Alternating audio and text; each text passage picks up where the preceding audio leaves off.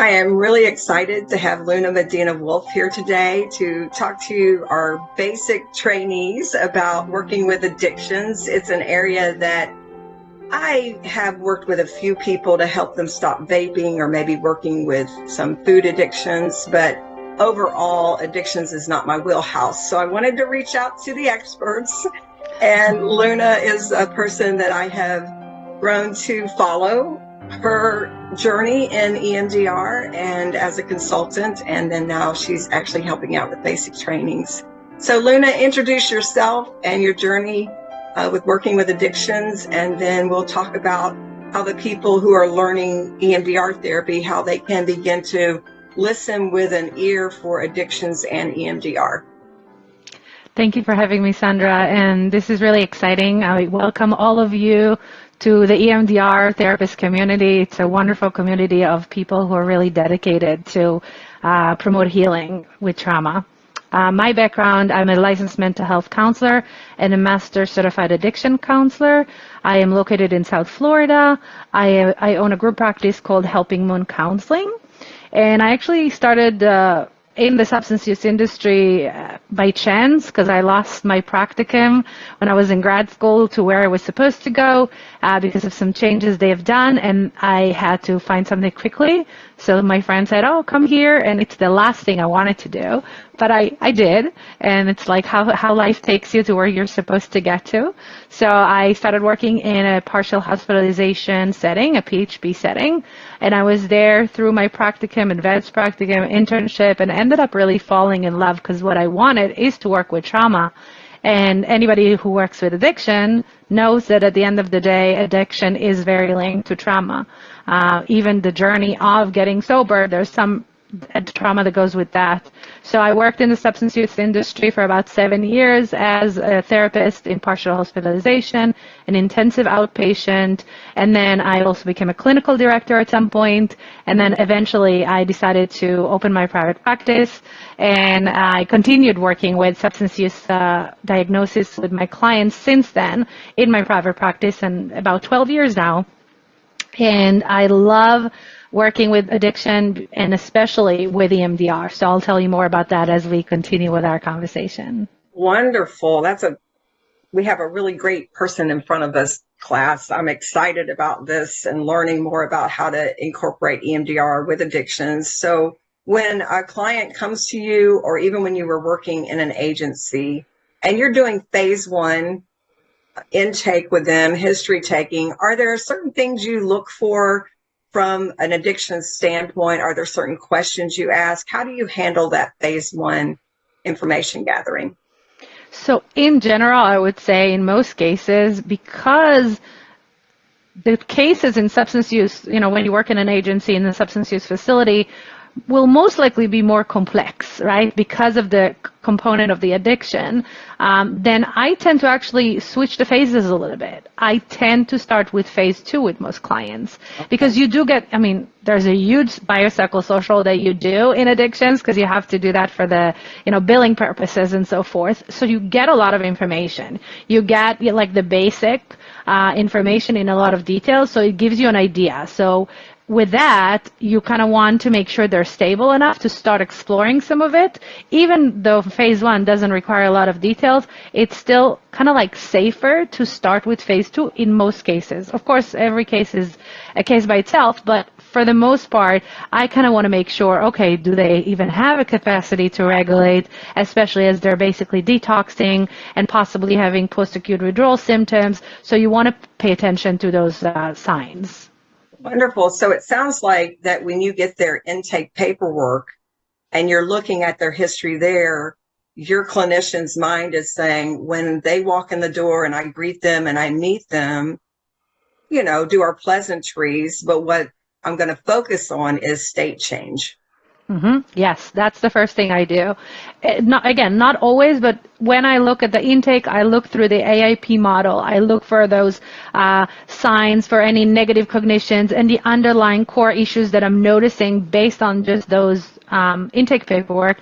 And if I see that, I want to make sure they're able to state change. So I kind of like, like you said, the pleasantries, and then I'll say, I see that there's some things that we can work on from the EMDR lens as far as your trauma history, but I would like for us to try some exercises to see how are you able to regulate when you get triggered, when you become dysregulated in a group session or at this resident or at an AA meeting, because they're constantly exposing things anyway in their 8-hour days. That is so true. And do you start with the 4 elements? Do you start with the calm place and a container? Do you mix it up? How do you begin even with the phase 2? So I start with calm state with most clients. I do different variations of calm state from different modalities and scripts that I use. Sometimes it doesn't really work for everybody, so I would use a container as well. Container works really, really well. I used to, when I worked in substance use, I used to have, in Michael's and other Archer places, they used to have empty containers, like wood that they can color too. So I used to have that in my office. If anybody wanted to have a physical container, they can grab one and they can, just make it pretty for themselves, and then we can have physical containers or just the exercise of containers. I do a lot of breathing techniques. I even sometimes teach the tapping, the slow tapping to just regulate. I used to have the buzzers in my office, so I used to do that. Again, with, paying attention to how they're responding to it, but definitely utilize that. I love ego state therapy, and it works really well with addictions, just working with the state of the part of yourself that used to use, and everything that happened to you during the coping skills that you used.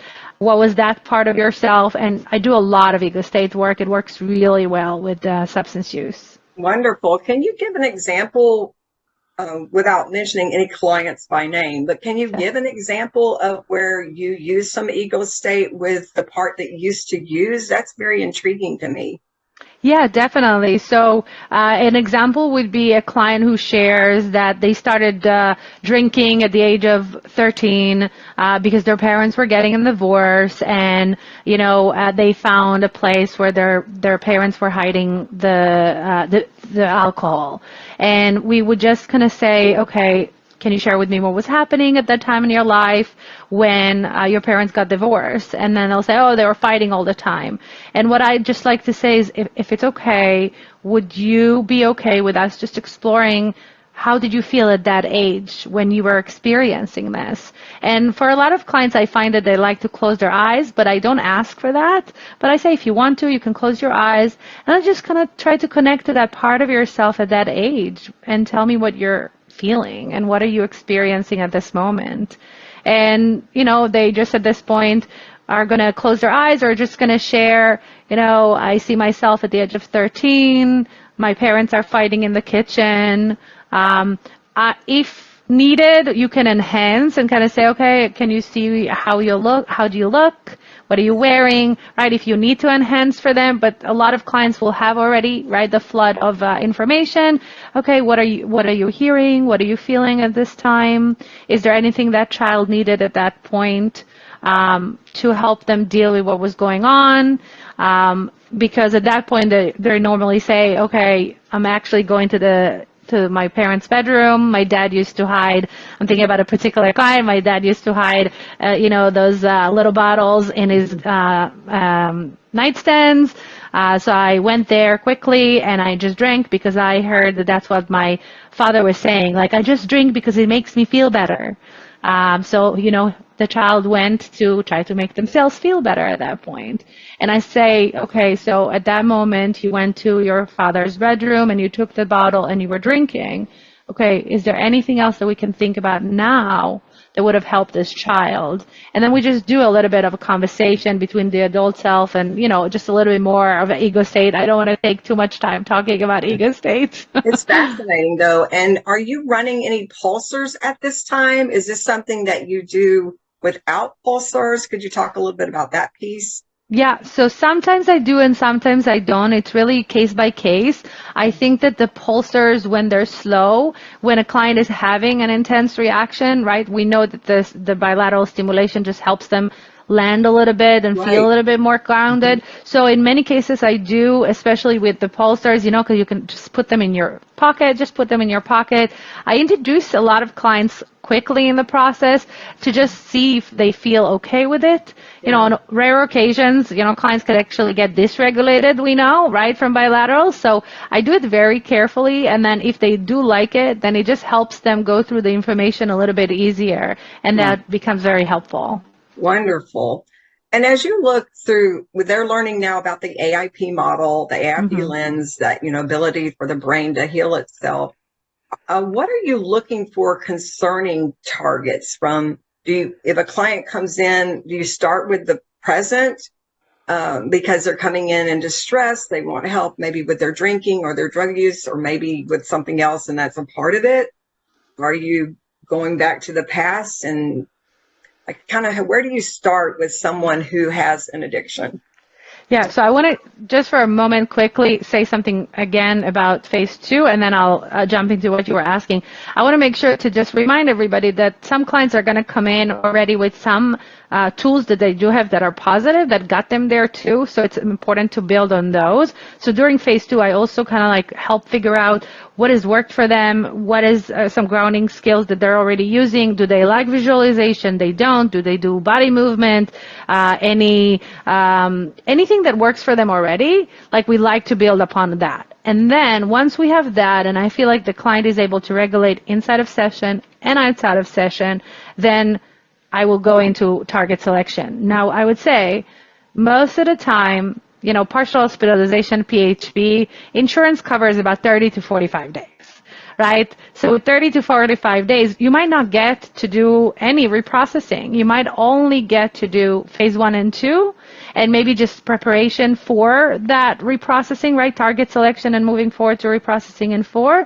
And you'll just create this foundation for them to take it to an outpatient therapy after that, okay? I am so thankful you said that because that was something I had in the back of my mind.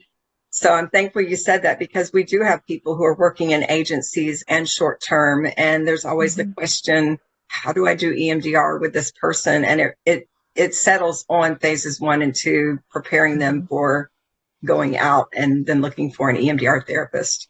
Yeah, and that's super important. I used to have a list of people that I knew that offer EMDR outside of our agency, and I even helped clients schedule an appointment, either me or the case manager.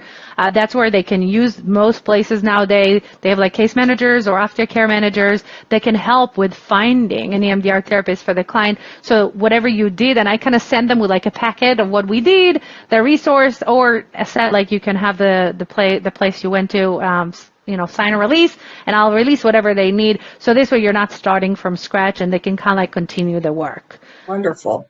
Yeah, so as far as the target selection, right, so from the AIP model, we're looking for those early memories that shape that adult behavior, right? Whatever was maladaptively stored and created those negative core beliefs or the negative beliefs about yourself. So we want to create that foundation for what would be the best target to start with, right? Normally we say we want to go to the earliest or the worst, right? Those are the memories we aim for, those touchstone memories.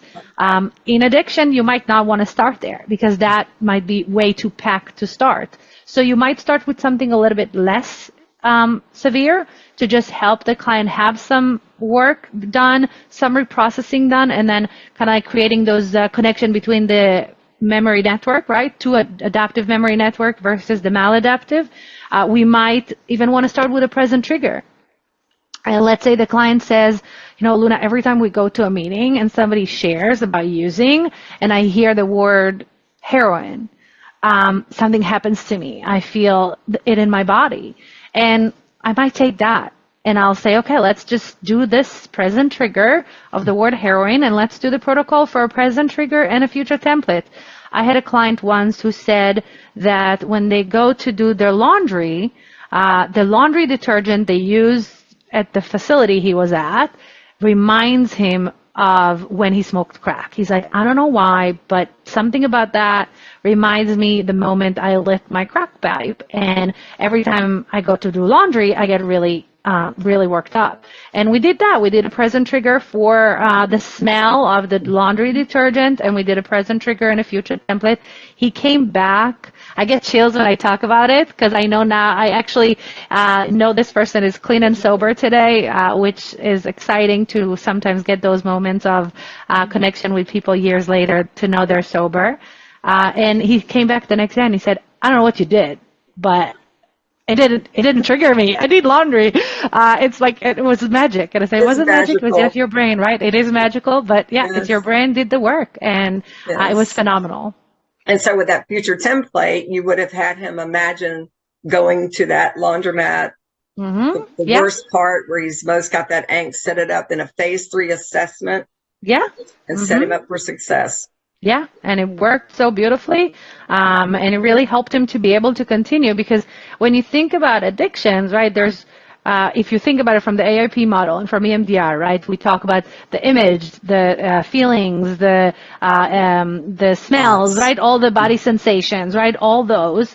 Yeah. There's so much more when it comes to addiction, because it just layers and layers of all the trauma and layers of triggers that they have them all around them. Yes. All the time, right? That is so true. That is so true. Okay, so now I'm curious, how do you know when to treat someone? Like, when is the best time to treat someone, especially if they've come into an agency maybe to get sober? How do you decide when is the best time to do EMDR therapy with them? And let's say even in private practice where there's not that 30, 45-day window. So give us an idea of how to handle a client with treating them phases 3 to 7. Yeah, I always kind of like to remind, especially people in basic training, which I'm sure you do too, is that when you do phase 1 and 2, you're doing EMDR already, right? So some clients are going to come and they're going to say, when are you going to do EMDR with me? You're going to do this thing with the eyes, right? So we are doing it when we do phases 1 and 2. We're just not doing reprocessing, right? Okay, I just got to say you're a soul sister right now with that. Yeah, I always got to remind this to people. So, right, so at this point, but if I want to do reprocessing, right, then we don't do phase 3 unless we have enough time to do phase 4, right, because they go together.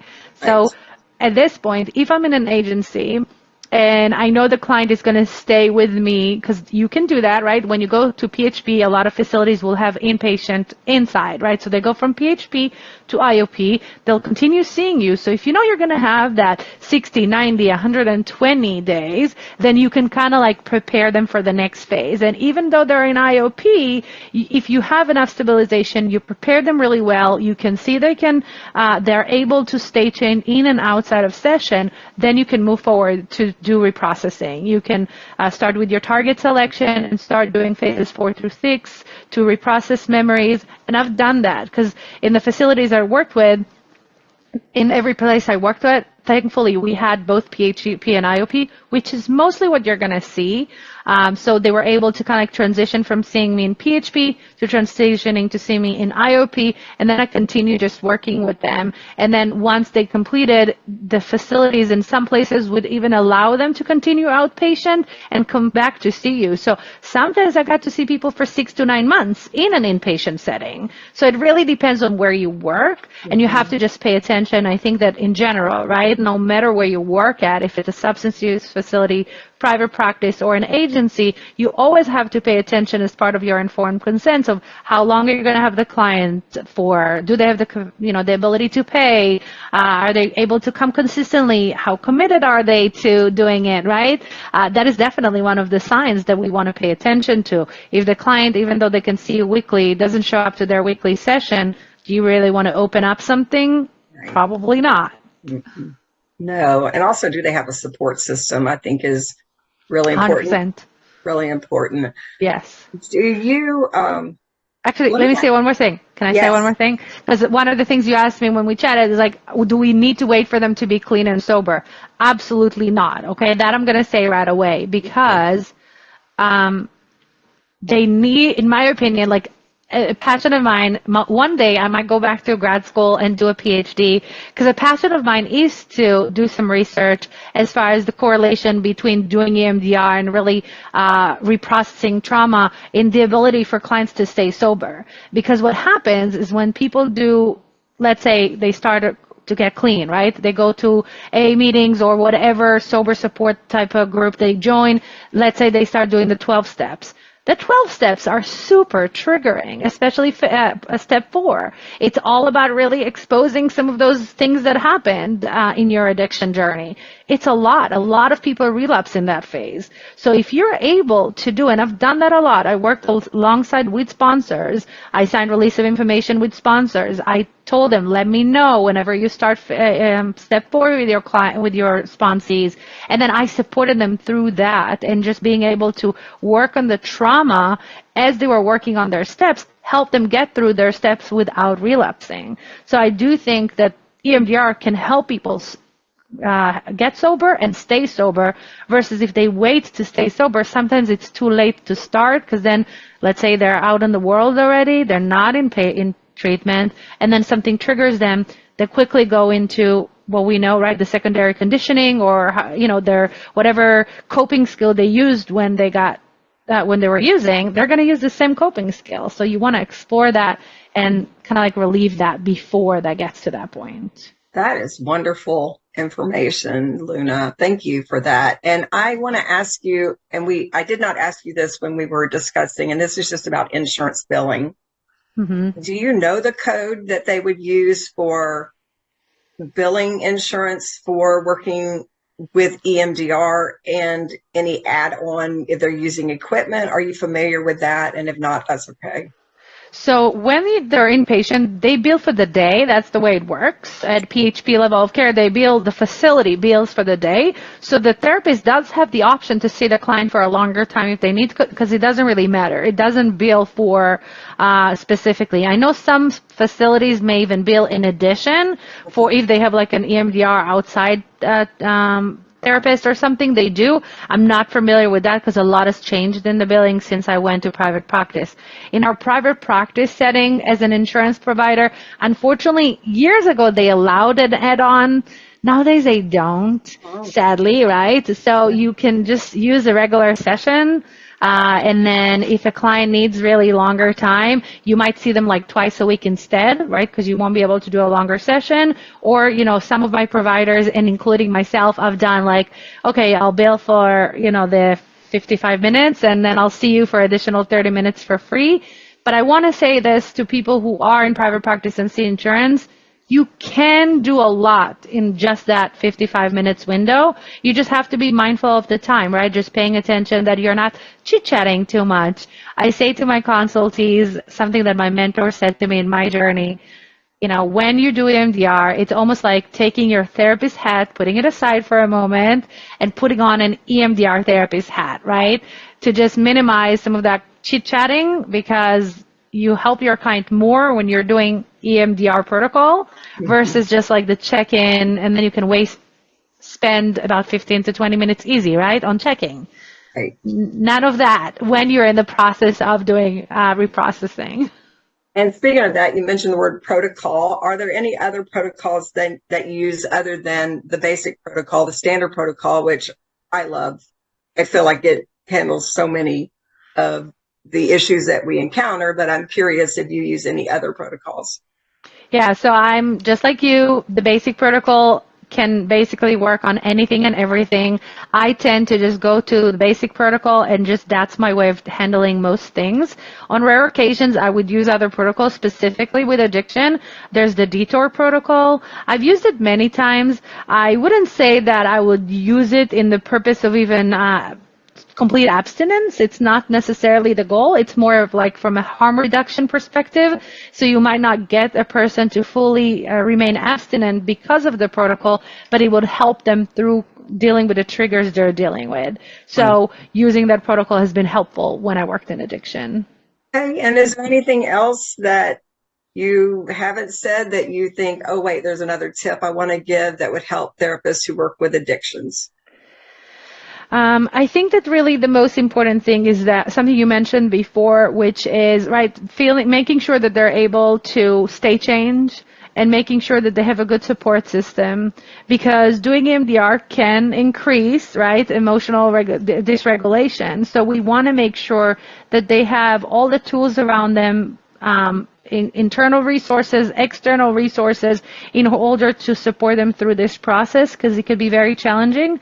But then I know that the clients of mine that I have done EMDR with in the addiction world, I literally can say most of them remain sober. So that's why I'm like, I want to do research about this, because I want to show how those two modality, working with this modality can help people stay sober.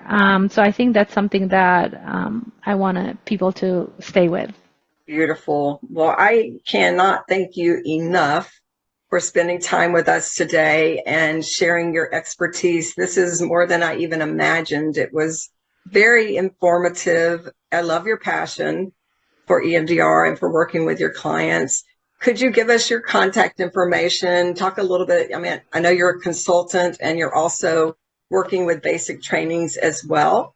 But how could they contact you if they had more questions? They wanted to get an hour with you for consultation. What is your contact information? Sure. Like I said, my company is Helping Moon Counseling. So if anybody goes to my website, www.helpingmoon.com, that's one way to contact me. But the easiest way would be to just email me, luna@helpingmoon.com.